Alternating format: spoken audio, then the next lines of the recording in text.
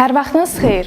Xalqın gündəmi rubrikasında Xalq qəzetinin 19 fevral nömrəsində dərc olunan Rəqəmsal inkişaf və çağdaş insan kapitalı məqaləsinin icmalını təqdim edirik. Məqalənin müəllifi Musa Bağırlı yazır ki, müasir dövrdə süni intellekt, data mərkəzləri və rəqəmsal inkişaf həm də dövlətlərin strateji inkişaf xəttini müəyyən edən əsas faktordur. Rəqəmsallaşma iqtisadiyyatın rəqabət qabiliyyətinə, idarə etmənin səmərəliliyinə və sosial xidmətlərin keyfiyyətinə birbaşa təsir göstərir. Müəllif qeyd edir ki, Azərbaycan da bu prosesdə fəal mövqe tutur.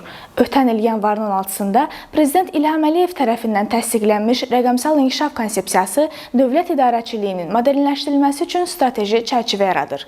Ardınca 10 dekabr 2025-ci ildə rəqəmsal iqtisadiyyatın inkişaf strategiyasının qəbul olunması ölkənin bu sahədə uzun müddətli yol xəritəsinə malik olduğunu göstərir. Yazıda MyGov platformasının inkişafı, asan xidmət modelinin rəqəmsal alətlərlə genişləndirilməsi xüsusi vurğulanır. Bu mexanizmlər dövlət qurumları arasında operativ informasiya axınını təmin edir, vətəndaş-dövlət münasibətlərində şəffaflığı və çevikliyi artırır. Məqalədə əsas vurğu insan kapitalına yönəldilir. Müəllif bildirir ki, rəqəmsal infrastruktur qədər vacib məsələ əhalinin rəqəmsal bacarıqlarının artırılmasıdır. Dünya Bankı tərəfindən hazırlanmış Azərbaycan üçün rəqəmsal bacarıqların inkişafı üzrə yol xəritəsi bu sahədə vahid dövlət çərçivəsinin yaradılmasını tövsiyə edir.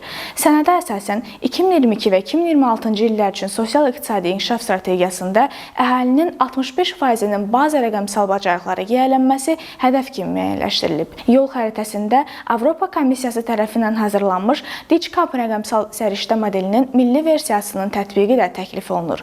Bu model 21 fərqli bacarığı əhatə edərək rəqəmsal birlikləri sistemli şəkildə qiymətləndirməyə və sertifikatlaşdırmağa imkan verəcək vahid sistem yaradır. Ölkədə bir hissə yetkin əhali hələ də əmək bazarından və təhsil sistemindən kənarda qalır. Bu isə onların həm peşə imkanlarını, həm də gündəlik həyat keyfiyyətini məhdudlaşdırır. Məqalədə vurğulanır ki, bu vəziyyət rəqəmsal bacarıqların artırılmasını sosial baxımdan xüsusi əhəmiyyətli edir.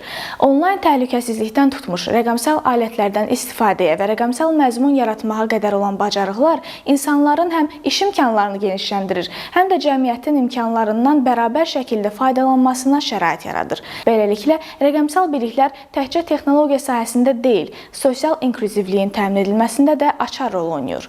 Musa Bağırlı diqqəti beynəlxalq əməkdaşlığa da yönəldir. Azərbaycanın ABŞ-la imzaladığı strateji tərəfdaşlıq xartiyası çərçivəsində süni intellekt və rəqəmsal infrastruktur sahəsində əməkdaşlıq həm inkişafı sürətləndirir, həm də Azərbaycanın qlobal aləmdə mövqeyini daha da gücləndirir. Xalqın gündəmi isə daim yenilənir. Aktual mövzularla yenidən görüşmək ümidi ilə bizi izləməyi unutmayın.